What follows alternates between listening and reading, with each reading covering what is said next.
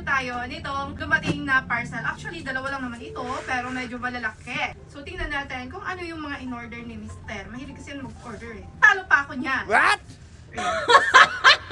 Unahin muna natin itong naka-sealed. Kasi ito, tinanggalan namin yung kanina. Sabi ko, unbox ko muna. So, ito, I think this is, tingnan natin. Open na po natin. Medyo malaki ha. Ano ba ere? Ano ba?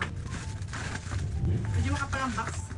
Hi everybody! This is Rose and welcome to VRVM Vlogs. At ito nga, in-unbox ko na itong laminator machine na favorite brand namin, ang Quaf. At sa totoo lang, ay pang 5 order na namin to. Pero nagtatagal din ang life nito ng up to 2 years. Pero ROI naman siya. Ito lang kasi ang very, trusted unit. Mula nga nang nag-umpisa kaming mag-business, ay ito na talaga yung unang laminator machine. Yung brand na ito, yung Quaf. Kaya suggestion ko sa inyo, kung gusto nyo din mag-umpisa, mag-small business ng mga lamination, mga print xerox. Pero ito suggest ko, itong Quaf talaga, trusted na, matibay pa, pero hindi to sponsor ha. So yun lang ang aking small business tips para sa inyong mga gustong mag-umpisang magnegosyo. For more business tips, i-follow niyo po ang aking FB page na ito kasi marami po akong experience na i-share sa inyo. Thank you for watching. Ingat po kayo palagi. God bless you. I love you. Bye!